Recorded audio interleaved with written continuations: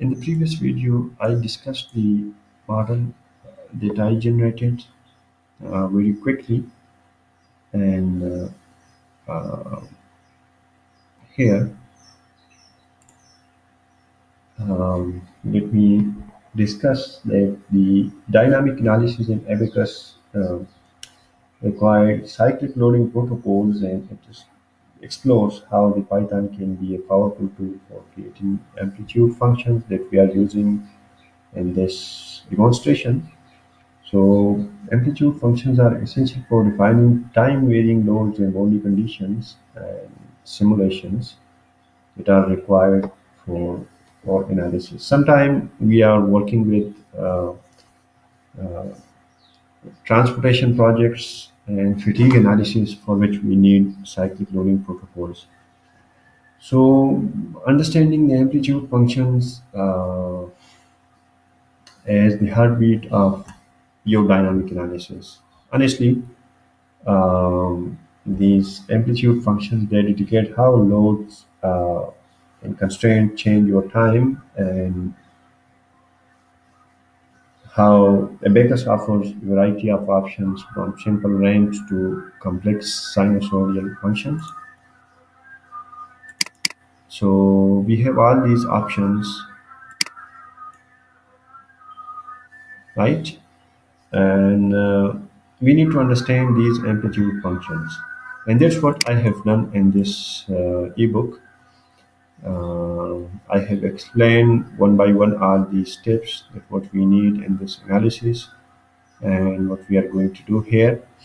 So let's go back to our discussion and let's discuss the role of Python and the automation of ABAQUS. So um, when you are working with Python, you actually uh, have a lot of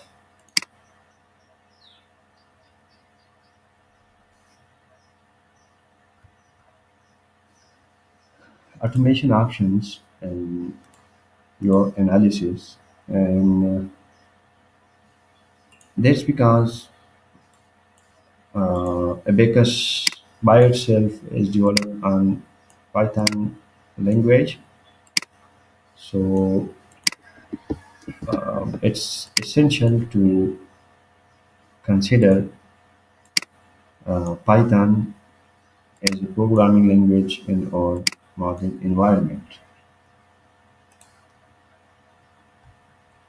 This ebook that I'm using here, I am going to um, demonstrate the code as well here.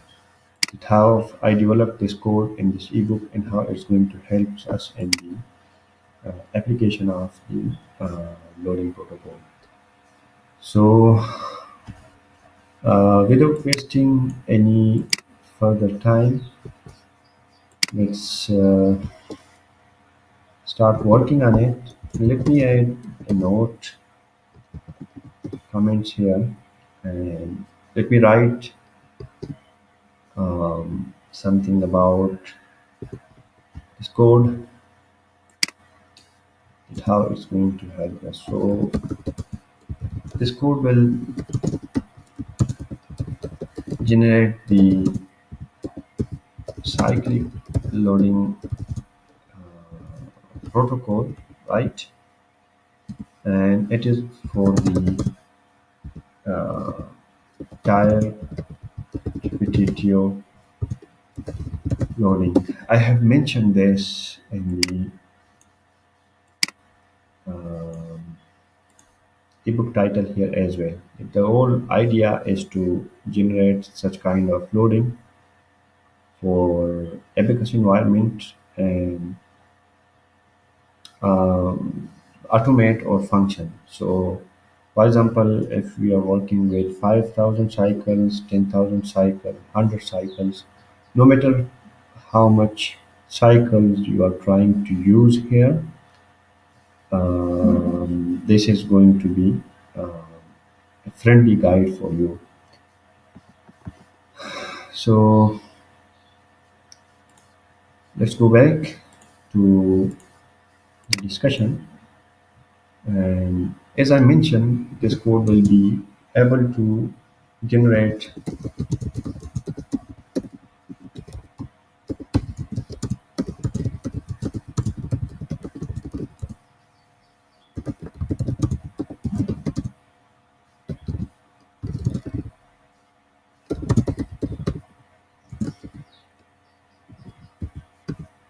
right, no limitation on the cycles, right, except we may feel a limitation,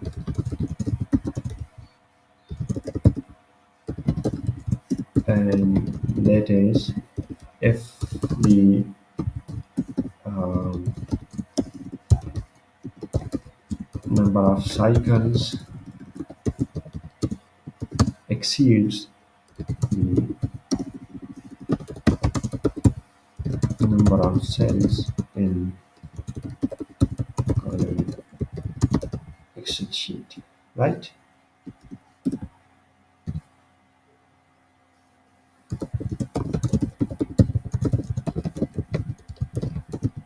So this is the only limitation on this code. First thing you need to do is you need to import all the libraries that are required for your simulation and automation, right? And this is something I have mentioned over here.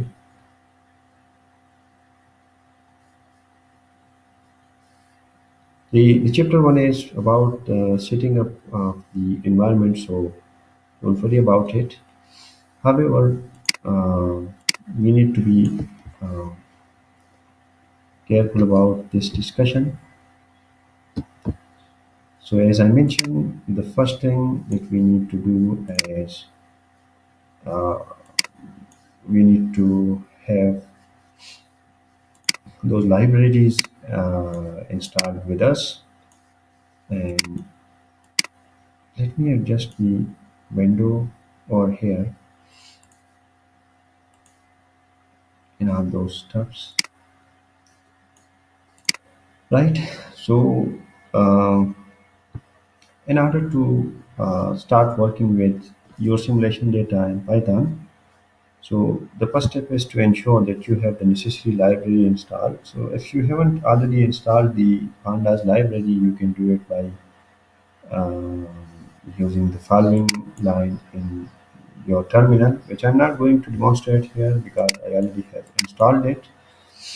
But just in case, if you want to install it, you have to do it like this, right? Um, you have to go to the uh, installation directory of the Python, which in my case is this. And in that region, you have to press on a command that is cmd.exe, right? And then, as I mentioned over here, I have to use this command that is pip install pandas, and it will generate the library, and it will install it, it will look for it, but an active internet connection is required for it. So once the library is installed, then you can proceed to import it into your Python environment. So you need to open the IDE interpreter and enter the following line of code that I have demonstrated in a very detailed manner.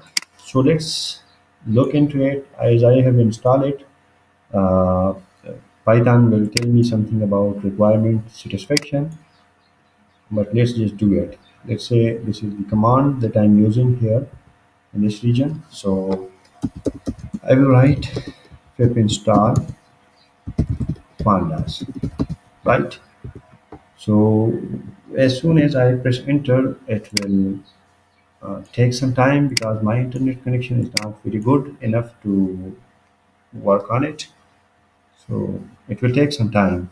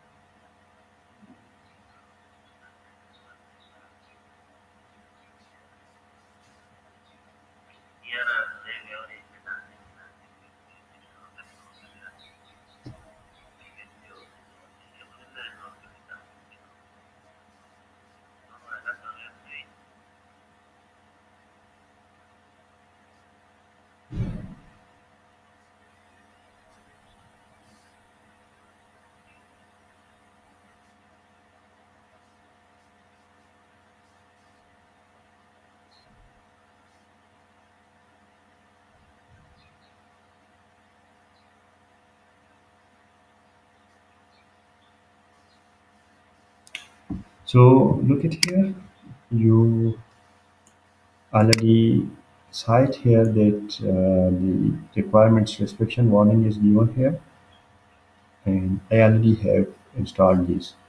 So just in case if I have not installed this library, it will have tell me that this is not installed and it's looking for the required packages, and if the internet connection is good, it will start downloading and then installation, and um, it will tell me that this is installed already. Since I have installed it, I don't need to further worry about it, but that's how you can do it.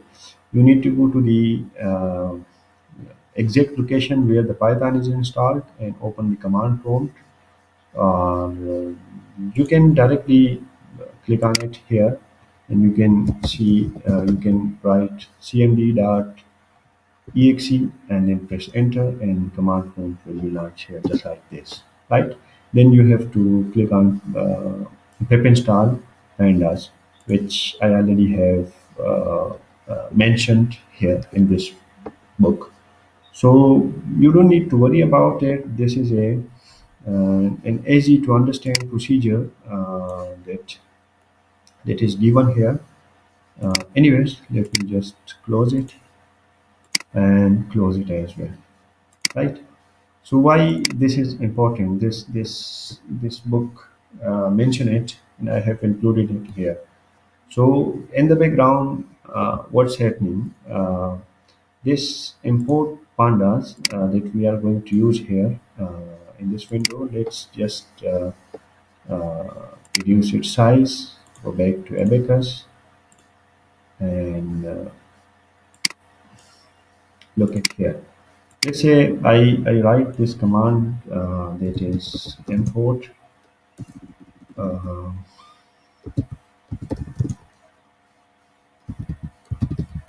pandas as pd. Why I wrote this command like this?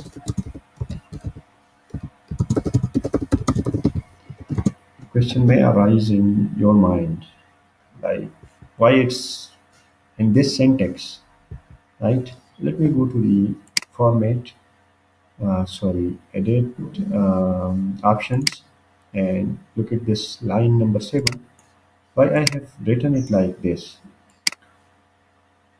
So it's really important here. Is here you can see what is happening, what's going on in this code here, right?